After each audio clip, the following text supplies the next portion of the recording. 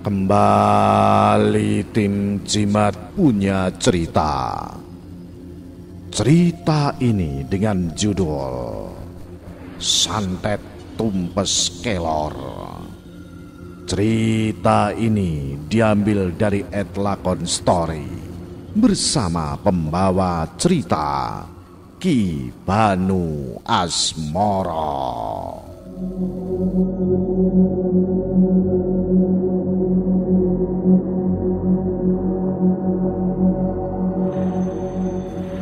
Tepatnya sekitar awal tahun 2020 yang lalu, cerita ini datang kepada Lakon Story.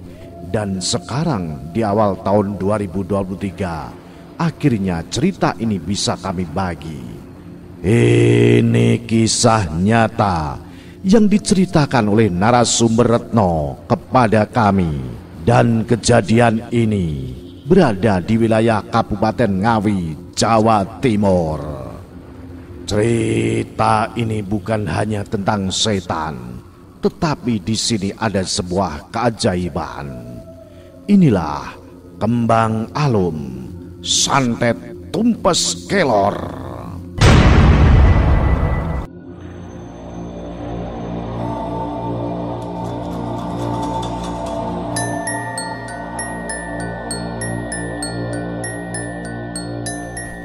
Sebut saja namaku Retno. Malam itu ada kejadian aneh di rumahku. Pak, bangun Pak, bangun. Rintihku dengan air mataku yang rasanya sudah habis terkuras. Bagaimana tidak, malam itu tepat pukul 23.30 malam, bapakku akhirnya menghembuskan napas terakhirnya. Setelah berjuang melawan penyakit aneh yang tiba-tiba datang menyerangnya.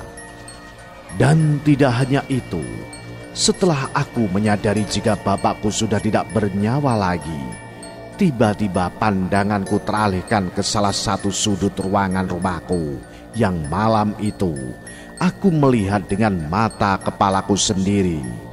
Ada sosok nenek-nenek tua yang terlihat sedang berdiri menatapku dengan tatapan yang cukup mengherankan. Sosok nenek-nenek tersebut terlihat diam berdiri di salah satu sudut rumahku dengan sesekali tersenyum pilu. Mengetahui hal itu, aku masih sempat menatap sosok nenek-nenek tua tersebut dengan sedikit keheranan, meskipun aku tidak bisa memungkiri jika waktu itu air mataku sudah terus keluar bercucuran. Sesaat setelah itu, akhirnya sosok nenek-nenek tersebut terlihat berjalan pelan ke arah luar rumahku menuju pintu belakang dengan tidak sedikit pun menoleh kembali ke arahku.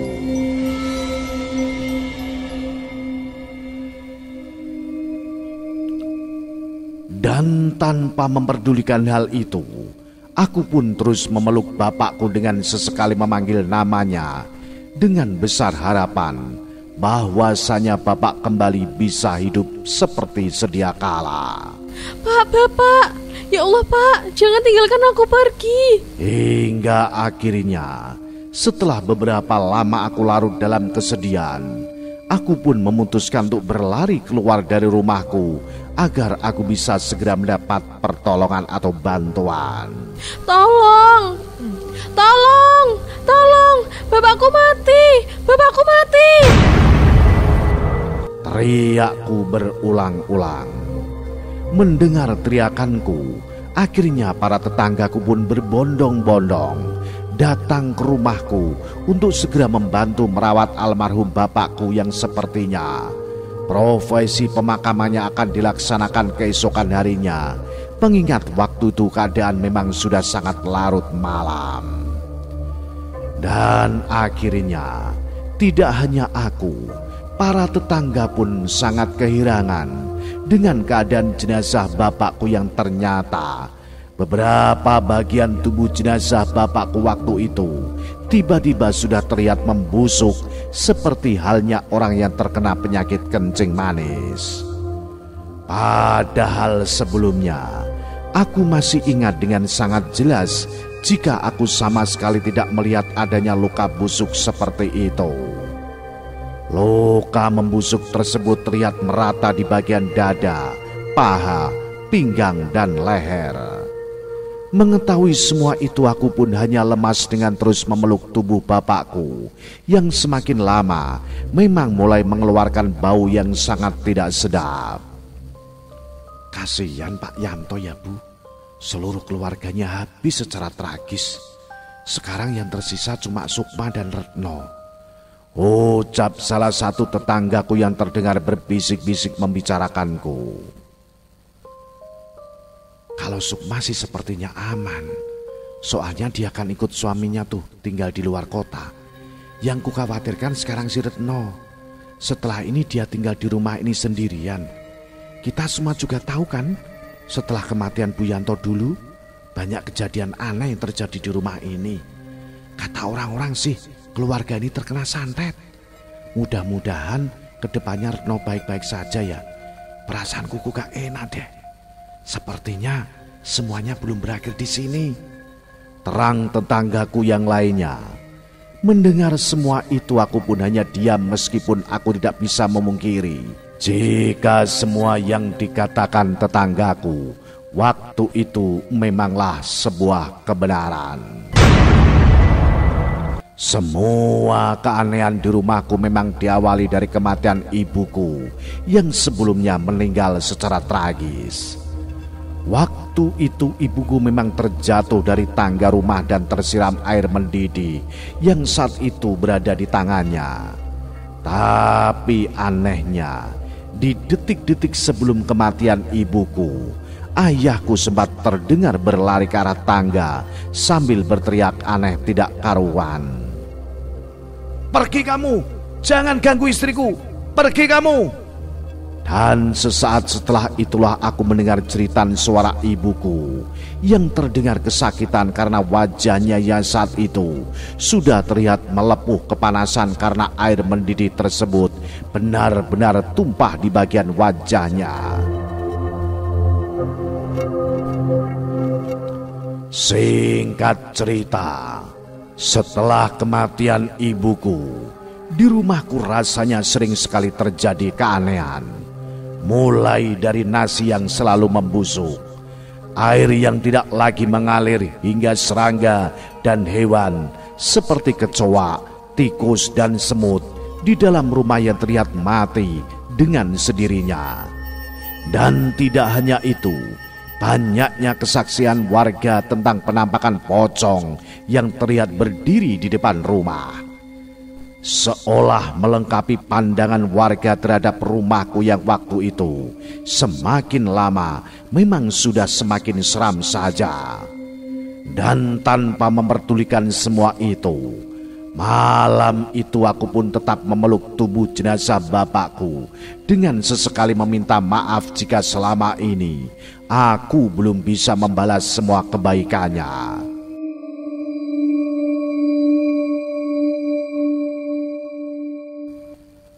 Dan singkat cerita, setelah puas aku memeluk tubuh almarhum bapakku, malam itu perlahan tubuh bapak mulai dirawat oleh para tetanggaku, dimandikan, disucikan, hingga dikafani.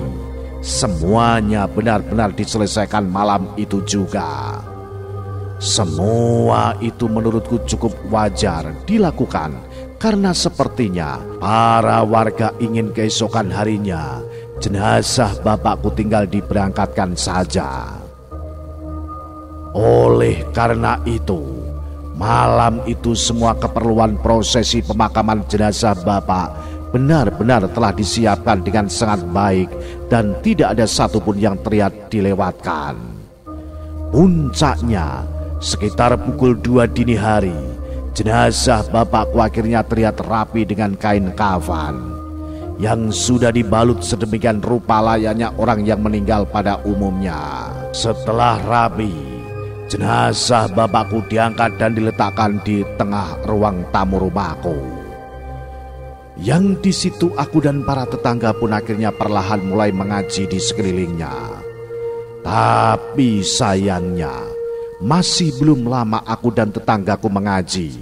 Jenazah bapak yang sebelumnya terlihat diam, malam itu tiba-tiba terlihat bergerak dan duduk dengan sendirinya.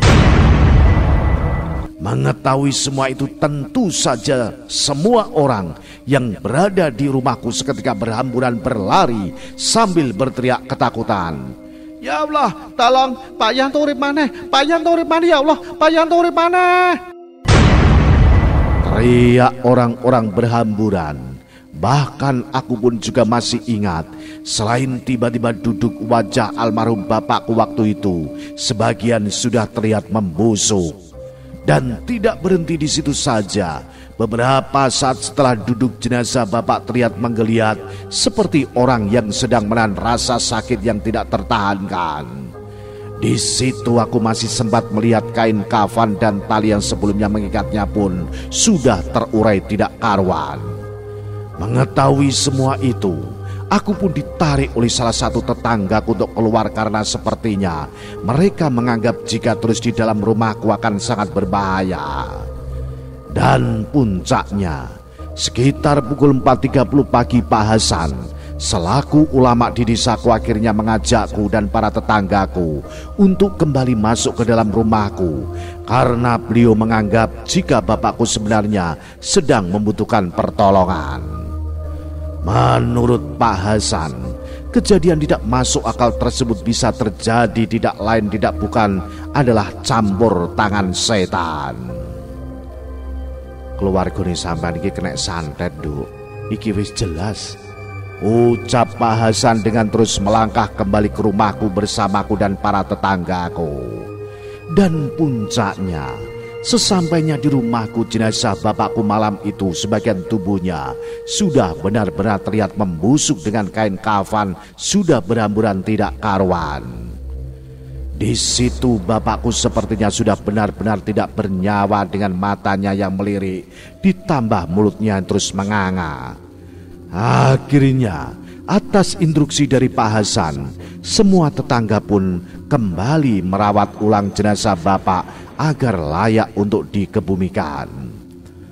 Atas izin Tuhan Yang Maha Esa, akhirnya prosesi pemakaman bapakku waktu itu bisa dikatakan cukup lancar. Cerita tentang bapakku itu rasanya sudah menjadi cerita lokal bagi warga kampungku. Banyak dari warga yang terdengar menceritakan kembali kejadian tersebut ketika mereka sedang duduk-duduk bersama. Mengetahui semua itu, aku pun bersikap biasa saja, karena aku pun tidak bisa memungkiri jika semua itu memanglah benar adanya.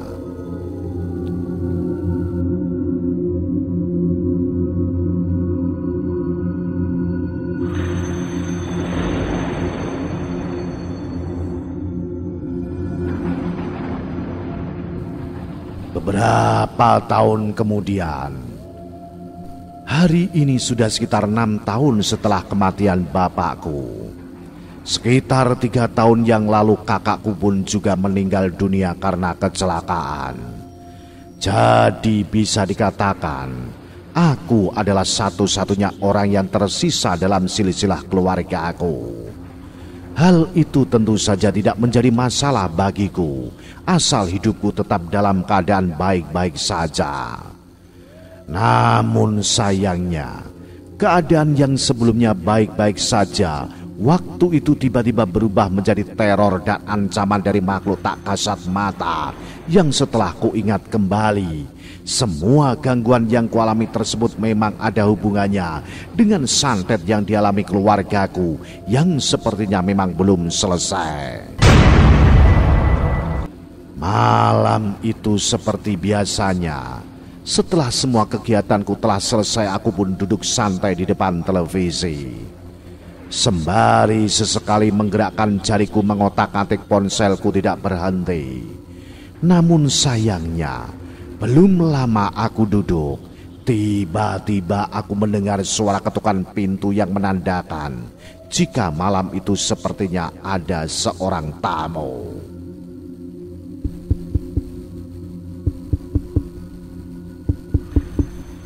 Mendengar hal itu aku pun cukup terkejut. Karena sejak kematian bapakku, aku bisa dikatakan sudah sama sekali tidak pernah menerima tamu. Karena sepertinya semua orang yang ada di sekitarku masih trauma dengan kejadian yang dulu. Loh, kok tumben ada tamu? Pikirku dalam hati dengan kaki yang melangkah cepat ke arah pintu ruang tamuku yang malam itu terus saja berbunyi.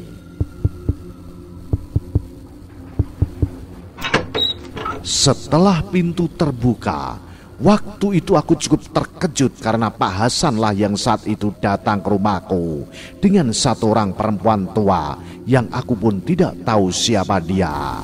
Oh, Pak Hasan, ada apa ya Pak? Kok tumben? Saya mau bicara sebentar denganmu, bisa? Saut Pak Hasan pelan. Bisa Pak, silahkan masuk. Imbuhku dengan mempersilahkan kedua orang tersebut masuk ke dalam rumahku. Setelah Pak Hasan dan perempuan tua tersebut duduk, mereka pun mulai menceritakan maksud kedatangannya. Jadi begini nak, Bapak mau cerita sedikit, tapi kamu jangan kaget ya, ucap Pak Hasan mengawali obrolan. Maksudnya Pak? Kenalkan, nama orang ini Mbok Minah. Beliau ini sesepuh desa ini.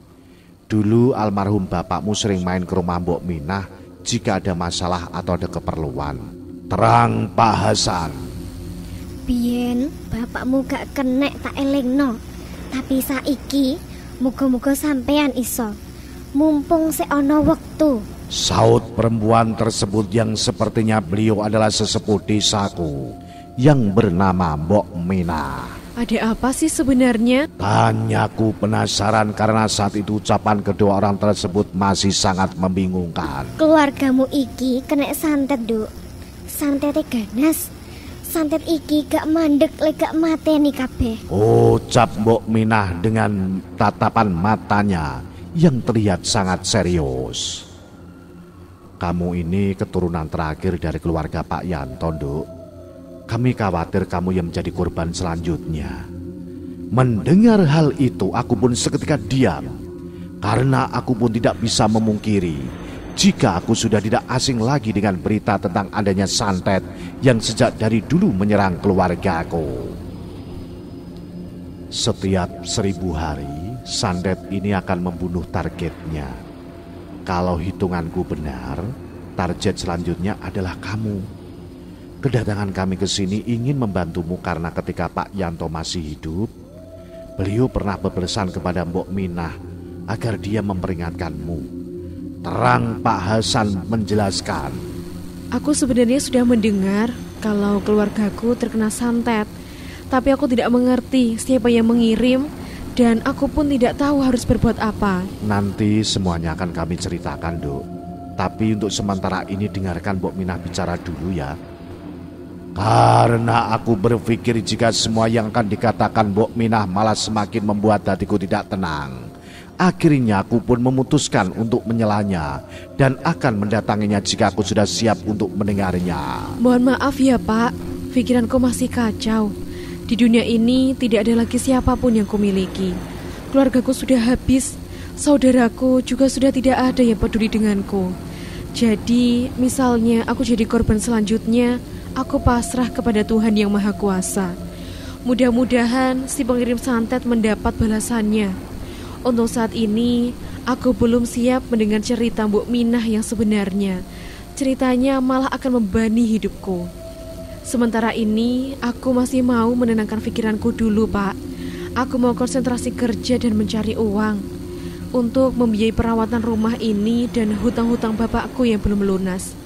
Mohon maaf ya, Pak. Nanti kalau aku sudah tenang, aku akan pergi ke rumah Mbok Minah ini untuk mendengarkan ceritanya. Ucapku sopan karena sejujurnya waktu itu aku masih banyak beban pikiran. Mendengar hal itu Pak Hasan pun terlihat mengerti dengan maksud perkataanku. Dan tidak lama setelah itu, beliau seketika berdiri dan mengajak Mbok Minah untuk pergi. Ya sudah, mohon maaf sudah mengganggu ya nak. Nanti kalau sudah ada waktu mainlah ke rumah Mbok Minah. Ada sesuatu yang harus kamu tahu tentang bapakmu, ucap Pak Hasan dengan mulai berjalan pergi meninggalkan rumahku ini.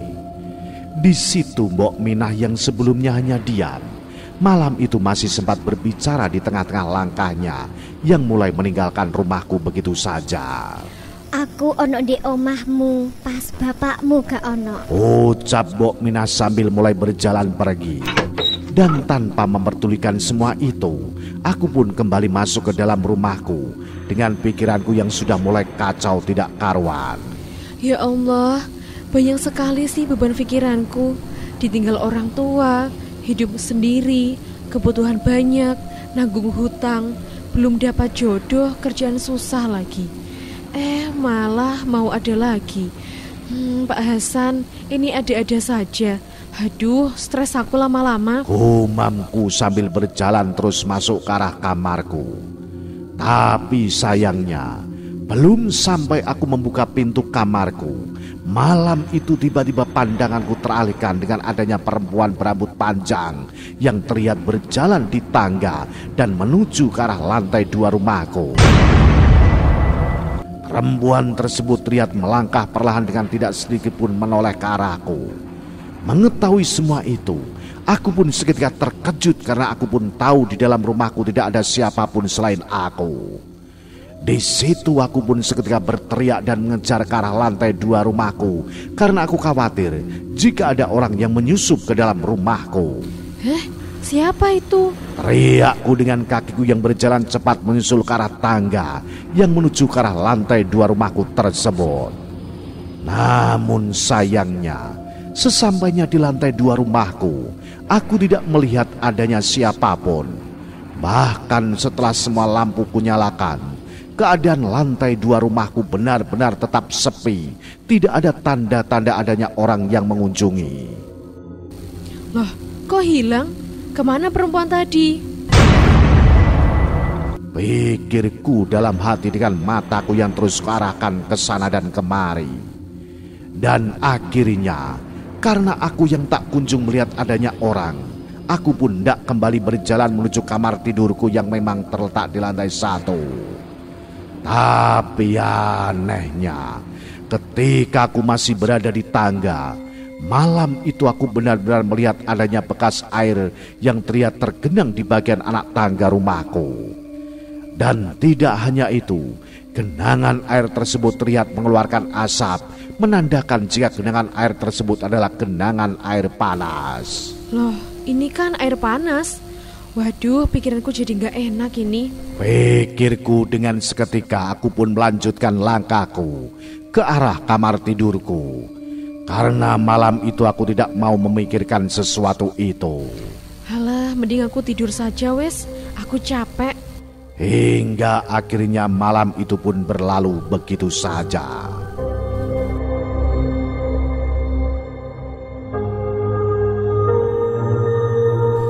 Keesokan harinya, bukannya membaik semuanya, malah semakin aneh saja. Pagi itu, ketika aku hendak sarapan, nasi di rumahku tiba-tiba sudah basi. Padahal aku masih ingat jika aku memasak nasi tersebut masih kemarin sore. Dan tidak hanya itu, di dapurku aku melihat banyak sekali kecoak yang terlihat mati, ditambah adanya bangkai tikus yang tercecer di tiap sudut lantai rumahku. Sudah lama aku gak lihat nasi basi dan serangga banyak yang mati. Sekarang kok seperti ini lagi? Sepertinya apa yang diucapkan Pak Hasan kemarin benar deh. Ucapku dalam hati dengan aku yang mulai membersihkan bangkai-bangkai serangga yang waktu itu memang benar-benar cukup banyak. Dan puncaknya, karena pikiranku yang memang tidak enak, setelah selesai membersihkan rumah, aku pun pergi ke rumah Mbok Minah untuk mencari informasi tentang semua yang terjadi kepadaku. Tapi sayangnya, ketika aku sampai di rumah Mbok Minah, bukannya mendapat informasi, Mbok Minah waktu itu tiba-tiba sakit keras. Hal itulah yang akhirnya membuat aku gagal mendapatkan informasi, karena saat itu Mbok Minah benar-benar sudah tidak bisa diajak berkomunikasi lagi. Dan tidak kehabisan akal, aku pun memutuskan untuk berkunjung ke rumah Pak Hasan. dengan besar harapan jika Pak Hasan juga tahu tentang informasi yang dimiliki oleh Mbok Mina. Namun anehnya, ketika aku sampai di rumah Pak Hasan, aku tidak menjumpai Pak Hasan karena menurut anak dan istrinya, Pak Hasan tidak pulang dari kemarin. Menurut istri Pak Hasan terakhir berpamitan pergi bersama Mbok Mina. Mendengar semua itu, aku pun hanya diam dan langsung kembali pulang dengan pikiran yang sudah sangat tidak karuan. Di tengah-tengah perjalanan pulang, siang itu, aku dikejutkan dengan tepukan tangan orang tidak dikenal yang waktu itu membisikkan sesuatu yang hingga kini tidak akan pernah bisa aku lupakan. "Kowe mampu mayit," ucap laki-laki asing tersebut menepukku dan pergi berjalan meninggalkan aku. Mengetahui hal itu, aku pun seketika terkejut karena aku sama sekali tidak mengenal orang itu yang sepertinya dia bukanlah warga asli desaku ini. Puncaknya, sesampainya aku di rumah, aku pun seketika beristirahat dengan mencoba tidak terlalu memikirkan semuanya. Dan hingga akhirnya malam pun tiba.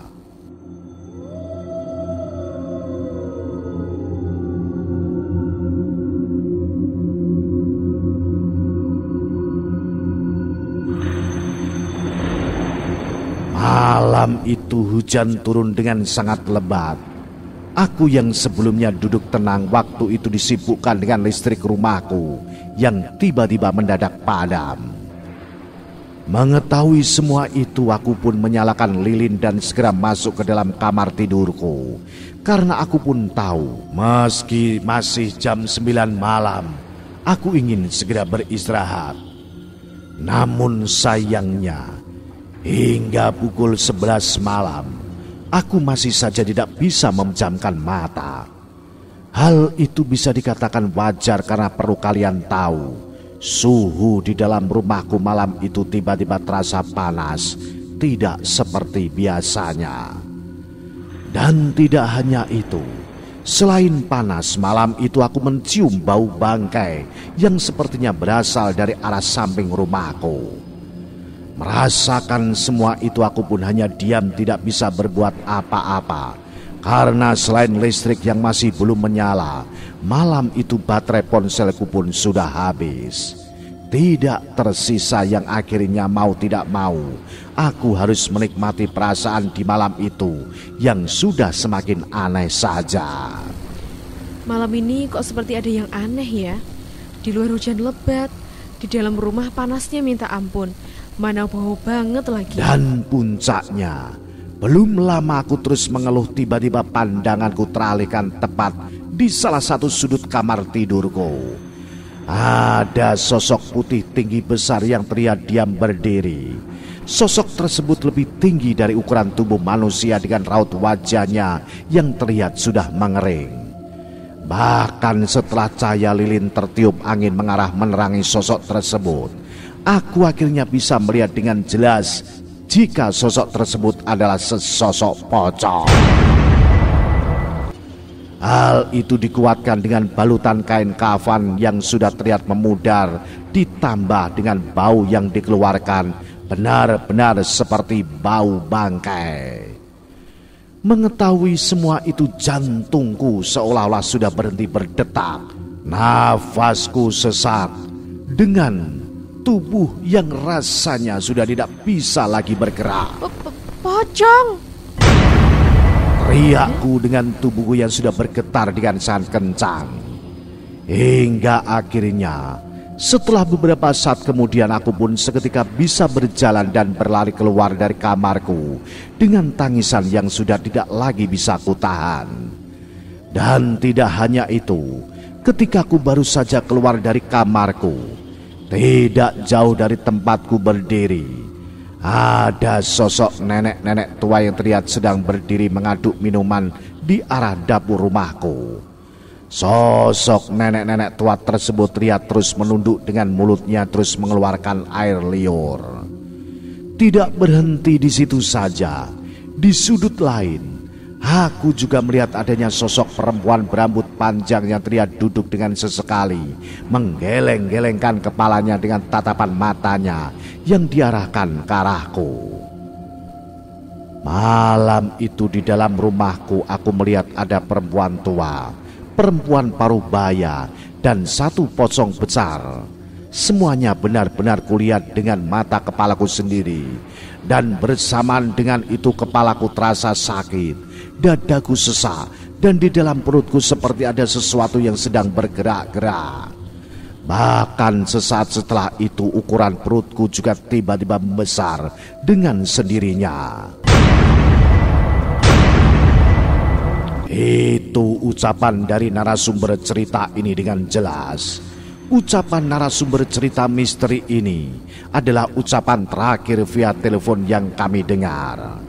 Setelah itu kami sama sekali tidak pernah dihubungi narasumber itu lagi. Yang sebelumnya narasumber tersebut mengaku bernama Retno, orang asli dari daerah Ngawi, Jawa Timur.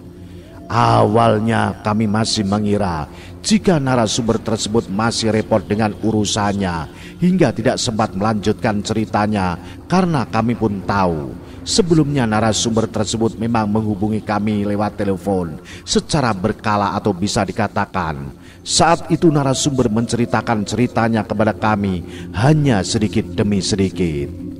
Di situ kami pun sebenarnya sudah sempat curiga jika sampai ceritanya diceritakan kepada kami saat itu, narasumber sepertinya masih mengalami teror santet tersebut. Dan belum sampai kami menanyakan kecurigaan kami memutuskan untuk mendengarkan ceritanya terlebih dahulu sampai tuntas sebelum kami menanyakan tentang kemungkinan-kemungkinan yang membuat kami masih bertanya-tanya. Tapi nyatanya belum sampai cerita itu selesai, narasumber tersebut sudah tidak pernah lagi menghubungi kami. Ceritanya benar-benar menggantung, yang masih meninggalkan banyak sekali misteri. Puncaknya, cerita tentang santet itu pun kami nyatakan berhenti dan tidak bisa kami tuliskan dan ceritakan lagi. Namun anehnya, sekitar akhir tahun yang lalu kami mendapatkan sebuah informasi yang sepertinya bisa menjawab kenapa cerita tersebut berhenti. Benar sekali, waktu itu kami tiba-tiba mendapatkan sebuah informasi cerita tentang adanya teror santet yang menewaskan seluruh anggota keluarga.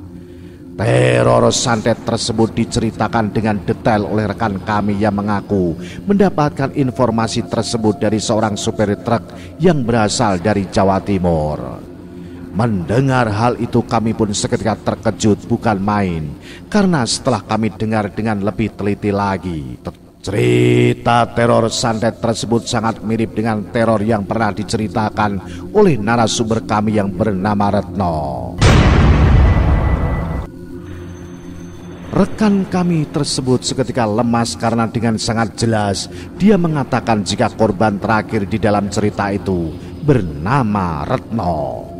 Di situ kami pun juga seketika terkejut bukan main, yang akhirnya kami pun mencoba kembali mendengarkan dengan jelas cerita yang diceritakan rekan kami tersebut dengan besar harapan kami bisa mendapatkan kejelasan tentang cerita yang sebelumnya memang hilang. Dan puncaknya, setelah mendengarkan dan menghubungkan semuanya, sepertinya semuanya sesuai dengan apa yang sudah kami duga. Mbak Retno meninggal di tengah-tengah menceritakan gangguan yang dialaminya kepada kami. Dan yang sepertinya meninggalnya Mbak Retno ada hubungannya dengan santet yang sedang menyerangnya. Lalu siapa pengirimnya?